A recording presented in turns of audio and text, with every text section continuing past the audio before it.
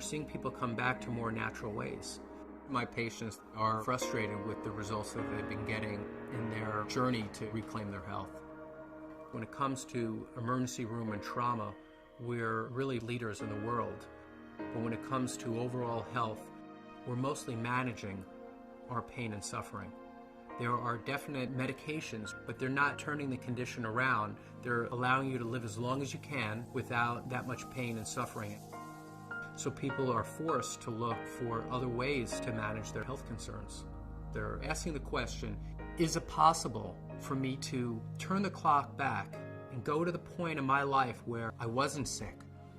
Could be 5 years ago or 10 years ago, at that point where their bodies hadn't broken down yet. Well, the science world, not the medical world, is really pointing towards looking very deep in the body at the cellular level.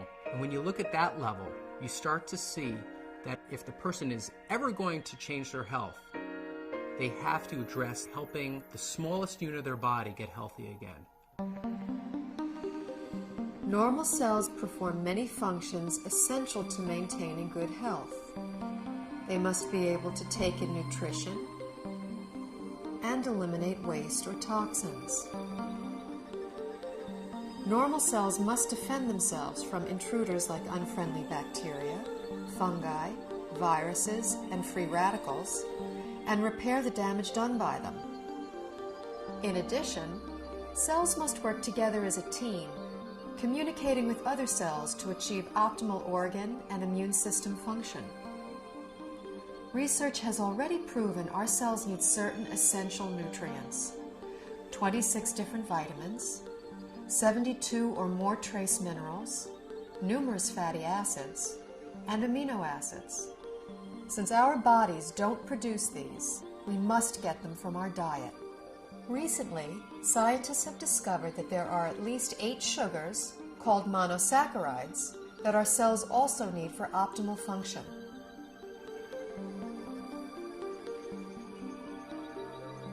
Inside cells, these sugars combine with protein strands and form complex structures called glycoforms. The exterior of a healthy cell is covered with a dense forest of these glycoforms. Glycoforms can exchange infinite combinations of information depending on their shape and charge.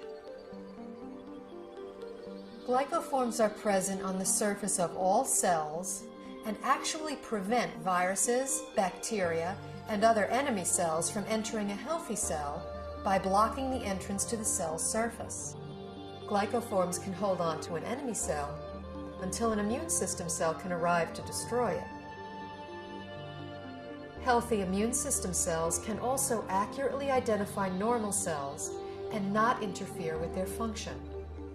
Cells covered with glycoforms enable clear and accurate cell-to-cell and system-to-system communication, creating an information superhighway within the body.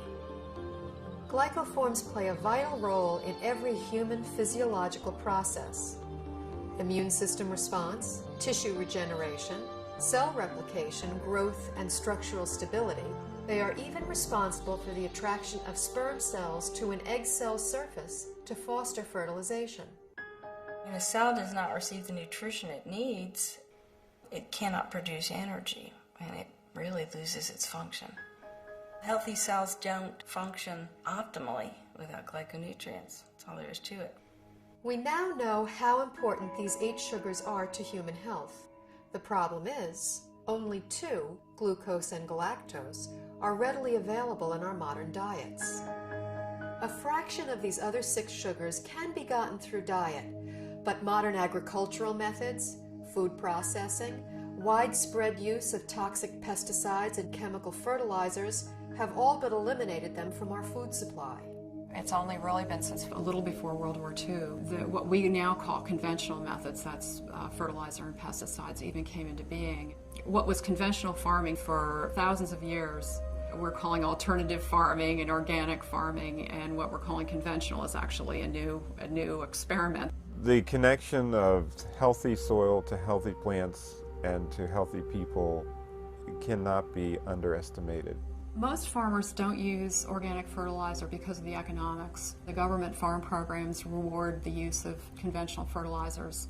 And then also many farmers grow for big agribusiness companies. When you're dealing in mega farms, the ideal crop is to pick the entire crop one day, get the pickers out of the field, get the money out, plow it down and put another crop in. That's like the perfect scenario. Crops are selected for uniform maturity and the ability to harvest quicker than they should. And that makes a huge difference in the protein content and the nutrient content. Optimally, you want the fruits and vegetables to stay on the vine or on the tree or on the plant for as long as possible, because in those last few days before ripening is when the essential sugars are brought to the fruit or vegetable. Everything that is not picked at its peak, everything that is shipped any length of time begins to lose its nutritional value. The nutrients actually start to oxidize. And once a vegetable turns a little brown or it's rusting, then it's going to cause free radical damage in your body. In addition, if something comes from a very long distance, it can have bacteria on it that your body is unfamiliar with. Generally speaking, the organic produce is much healthier, has a higher nutrient rate than the commercially grown vegetable.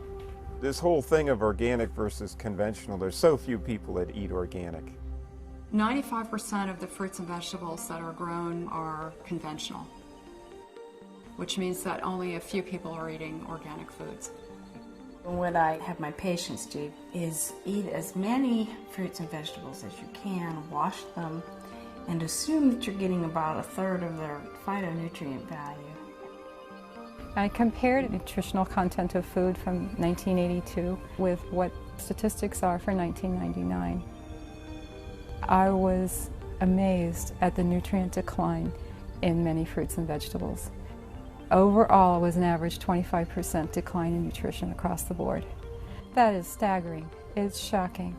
If we are losing 25% of our nutritional content in 20 years, what are we going to have in 20 years from now and 20 years down the road? Pretty soon we're going to be eating water and a little fiber, and that's going to be it. The body, to an extent, can make glyconutrients. That's the job of the liver. However, that is an emergency mechanism, and we're making our own glyconutrients. It's basically a state of starvation. If you don't have enough of the right type of sugars, you have faulty processing. With the faulty processing, things can go wrong.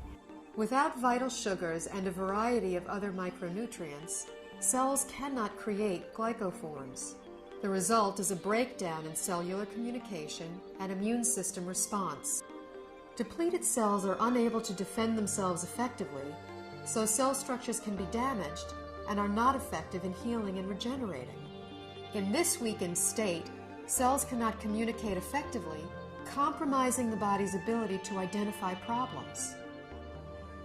They are also unable to destroy pathogens such as viruses, bacteria, and fungi, and cannot identify mutated cells so the immune system can eliminate them. For example, when a person suffers from an autoimmune disorder, their compromised immune system may respond inappropriately and treat altered normal cells as intruders and destroy them. It may allow mutated cells to proliferate, or the immune system may not respond at all, leaving the body extremely vulnerable to many types of infectious agents. Because they're not getting everything they need from their diet, people are doing one of two things. The first thing they do is nothing, and many people are ending up with chronic diseases, or they're getting sick more often. Their health is somehow degraded as a result. And other people are using supplements, including supplements of sugars.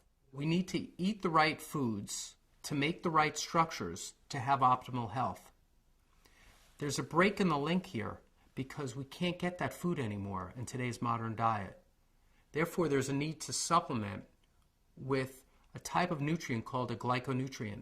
When I first learned about these glyconutrients, the concepts made sense to me, but I was very skeptical about using them. It seemed like there were a lot of people making claims that it could help with all different sorts of health conditions. And anytime I see that, I throw my hands up and I say, this can't be true. The big shift for me was seeing how many different countries were researching this. The University of Oxford have their own Glycobiology Institute where they were studying this as early as the late 1980s. Countries all over the world, Japan, Germany, Switzerland, Finland, New Zealand, Australia were looking at these nutrients and their clinical application, as well as in the United States at Johns Hopkins, MIT, University of California, Irvine. Once I realized how crucial these supplements are for human health, I felt compelled to offer them to my patients in my practice. When I started with the patients with the most serious health challenges that I wouldn't be able to help previously, the results that started coming in were amazing. We just started to see people gain their health back. I had a difficult time getting through the day. I had very low energy, and I was not in very good health.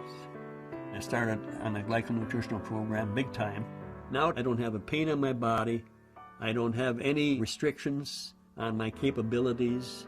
I feel younger than I was at age 69, and I'll be 79 in a matter of days. Since the time I was 17, I was always on medication and nothing was working. I just started to resign myself to being this sick adult. I took these glyconutrients and it's changed my life completely. I'm on a road of recovery where I feel I'm more alive than I've been in over 10 years. It was to the point where I prayed that if my pain doesn't go away, I just want to die. I went ahead and decided to start taking glyconutrients, and I was completely, within 3 weeks, pain-free. I can do it all again. I feel like it's been given back to me, and that's what I'm thankful for. These type of results I've never seen before in my practice and were exciting to say the least. I believe somewhere in the next 10 to 20 years that this will be in the curriculum of all training because it gets results. I, as a physician, am real excited about that. And I think that physicians in general should be fascinated from a scientific standpoint. After seeing so many dramatic results with the people that I've recommended this to, my approach to healthcare has changed fundamentally. I hope to see a paradigm shift in treatment in the future, where you have a truly integrative approach between traditional medical care and nutritional support. And this would ultimately give people not only a longer life, but a better quality of life.